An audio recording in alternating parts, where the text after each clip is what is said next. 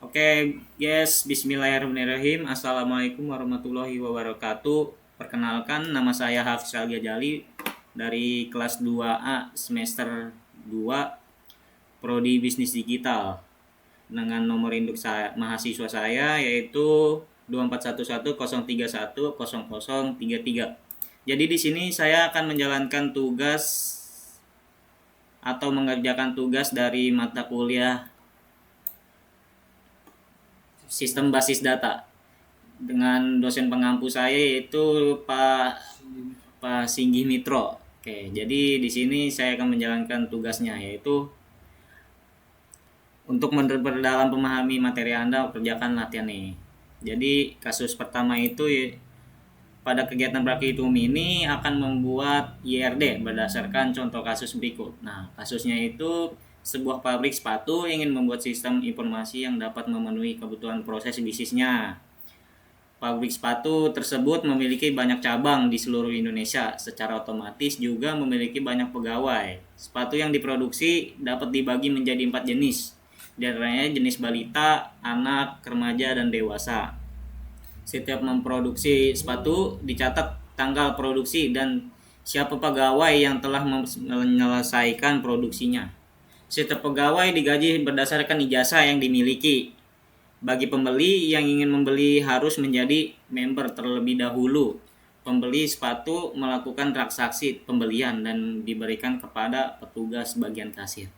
Nah, dari kasus tersebut buatlah entity ration diagram atau WRD dengan tahapan atau langkah-langkah yang sesuai panduan. Nah, jadi ini langkah-langkah pembuat IRD ya, guys. Yaitu langkah yang pertama itu mengidentifikasi dan menetapkan seluruh entitas yang terlibat dalam sistem database. Dan langkah yang kedua yaitu menentukan atribut-atribut file dari masing-masing entitas beserta kunci atau key-nya. Yang ketiga itu mengidentifikasi dan menetapkan seluruh relasi antara himpunan entitas yang ada beserta kunci tamu atau foreign key. Dan yang keempat itu menentukan derajat relasi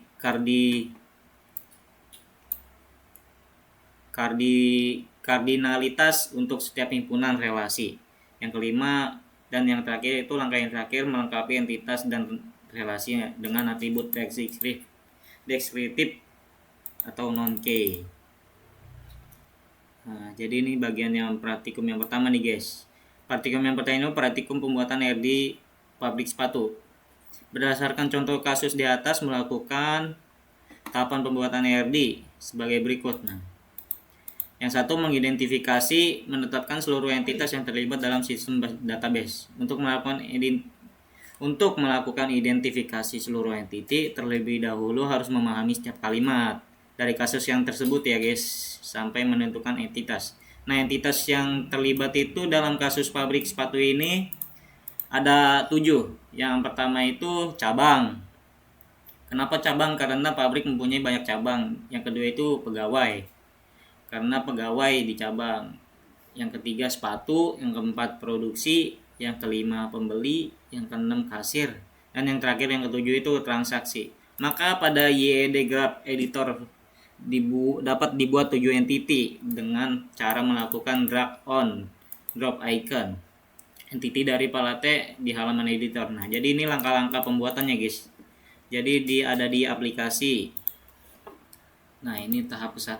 Tahap ke-1 berarti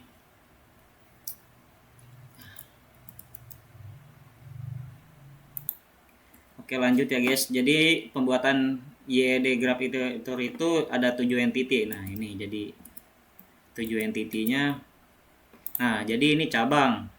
Yang pertama itu cabang, jadi kita masukkan ke sini cabang. Nah, kita tulis cabang misalnya, ini contoh aja ya, guys, cabang.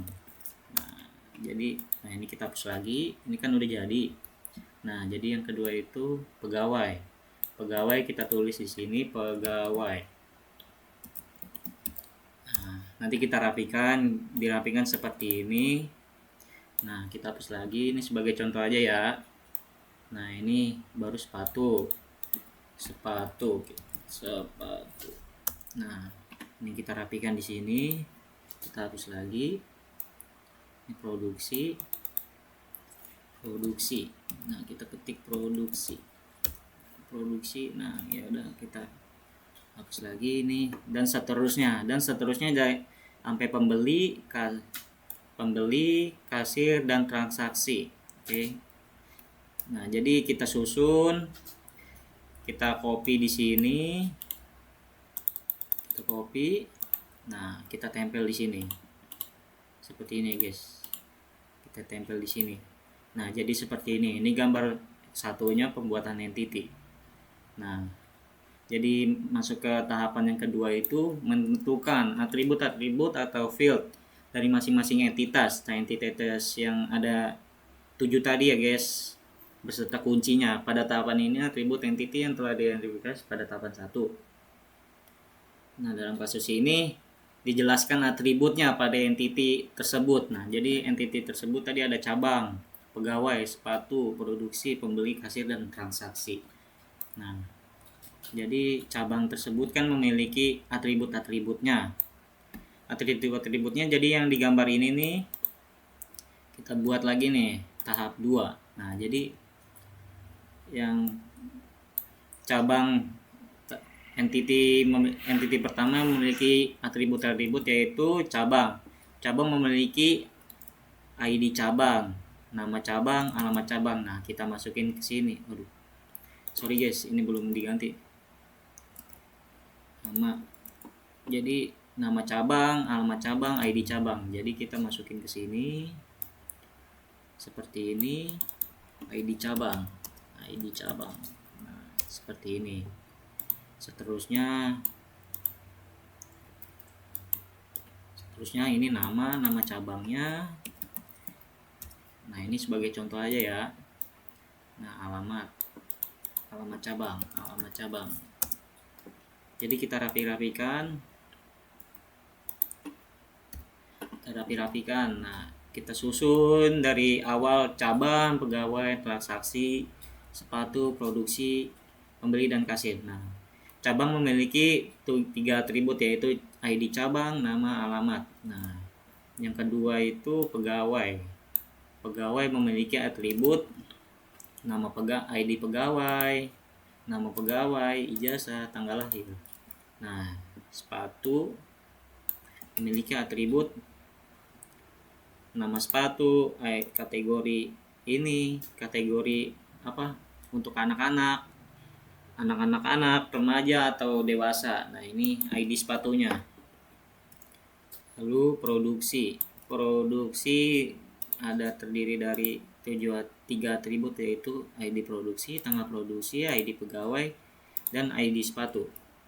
Nah, pembeli memiliki atribut ID pembeli, nama pembeli, tanggal lahir, dan status member. Yaitu ID pembeli ada 4, nama pembeli, status member, tanggal lahir. Nah, kasir memiliki 2 atribut saja, yaitu ID kasir, nama kasir. Dan yang terakhir itu transaksi memiliki atribut ada 4 ya guys ya, yaitu ID transaksi, tanggal transaksi, ID pembeli, dan ID sepatu. Jadi cara buatnya tuh seperti itu ya guys ya. Kita susun, ada kotak yang di sini. Jadi kita susun atributnya yaitu cabang, ID cabang, dan seterusnya. Lanjut guys ya. Nah, selanjutnya tambahkan atribut pada masing-masing entitas dan jangan lupa bahwa atribut prima key-nya adalah ID sepatu.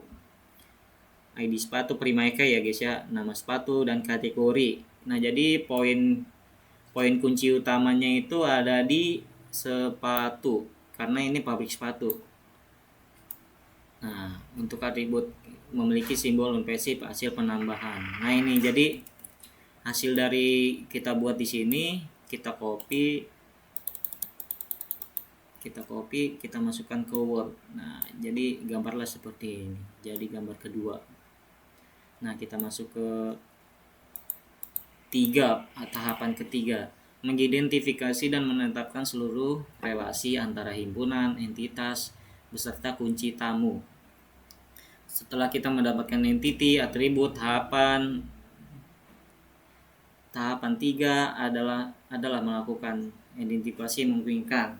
Dalam menentukan relasi memudahkan adalah dengan matriks relasi.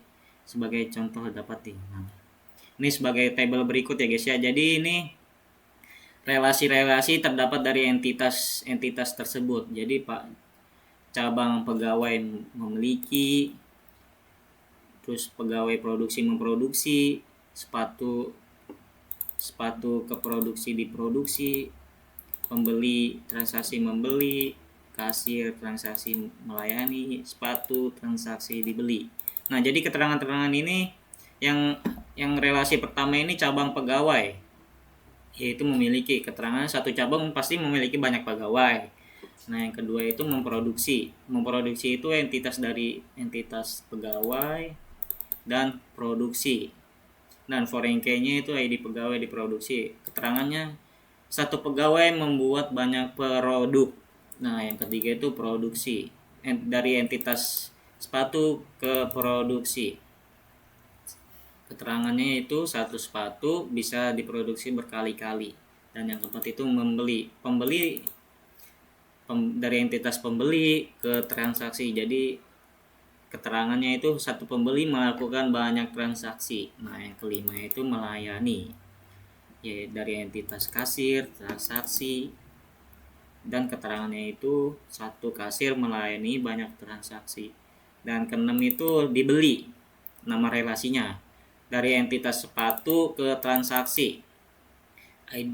Foreign key-nya ID sepatu di transaksi salah satu, yaitu keterangannya satu sepatu dapat dijual di banyak transaksi. Nah, jadi tabel di atas itu merupakan tabel metrik ya guys ya. Cara membaca metrik relasi tersebut bisa dari sebelah kiri ke kanan. Jadi dibacanya gitu. Nah, lanjut kita ke poin keempat.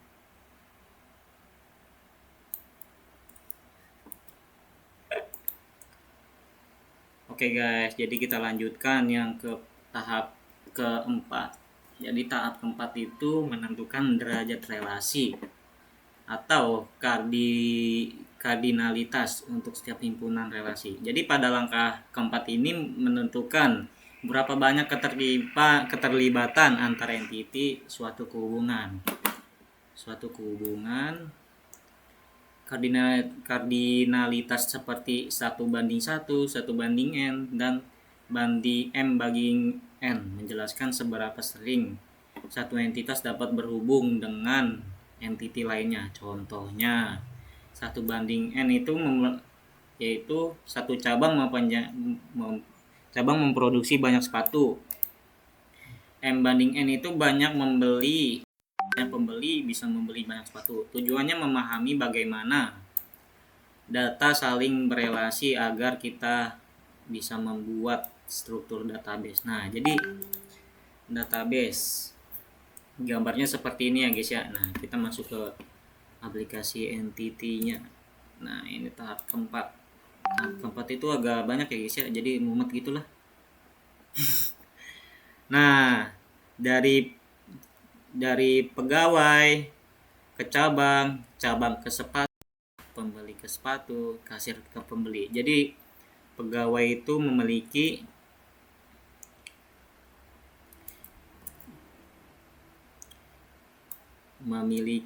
derajat relasi, yaitu pegawai ke cabang, yaitu menangani. Jadi kita tambahin ke tengah ini menangani. Nah, jadi seperti ini ya guys ya. Ini sebagai contoh saja, ini soalnya udah jadi. Nah, yaitu cabang ke sepatu. Cabang ke sepatu itu relasi itu memproduksi. Nah, jadi memproduksi itu seperti ini ya guys ya contohnya. Nah, jadi relasi selanjutnya yaitu pembeli ke sepatu. Pembeli ke sepatu itu relasinya membeli. Jadi contoh buatnya seperti ini, kita ketik aja.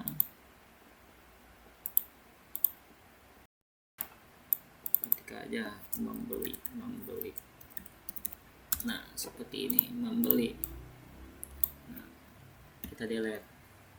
Seperti ini guys ya. Nah, lanjut kita ke kasir, ke pembeli, yaitu relasinya melayani. Jadi kita udah jadi seperti ini kan, kita dari awal sampai akhir, dari tahap 1, kedua, seperti ini, kita susun kembali jadi seperti ini, dan relasi-relasi dari entiti tersebut ya, dari pegawai ke cabang menangani, cabang ke sepatu memproduksi, pembeli ke sepatu pembeli, kasir ke pembeli, yaitu relasinya melayani. Nah, kita lanjut, kita copy semua, kita copy seperti ini. Nah, kita copy jadi seperti ini. Kita copy, kita susun di sini. Nah, kita lanjut ke poin kelima. Poin kelima itu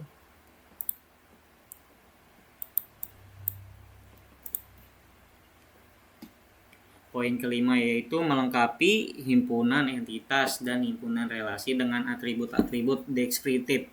Jadi relasi-relasi tersebut yang menangani, memproduksi, membeli, dan melayani itu kita berikan atribut-atribut setelah tahu entitas yang terhubung dan bagaimana kardinalitasnya. Kita bisa mendapatkan informasi penting.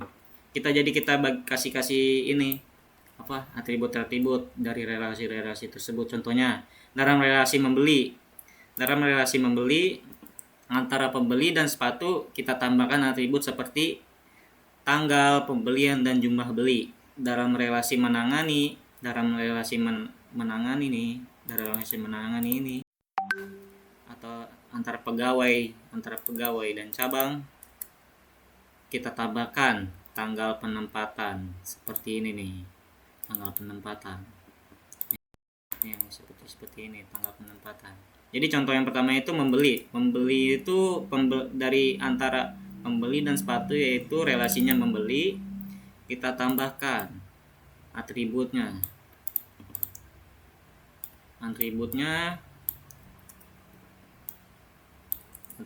yaitu seperti tanggal pembeliannya itu kita ketik di sini, pembelian. Nah, lalu jumlah belinya, atribut dari membeli, jumlah beli. Nah, ini sebagai contoh aja guys ya, kita hapus lagi. Nah, lanjut ke contoh kedua, yaitu menangani dari antara pegawai dengan cabang. Lalu kita tambahkan atributnya, yaitu tanggal penempatan. Dari cabang ke pegawai, relasinya yaitu menangani. Dari atribut-atribut relasi menangani itu cuma ada satu ya, yaitu tanggal penempatan.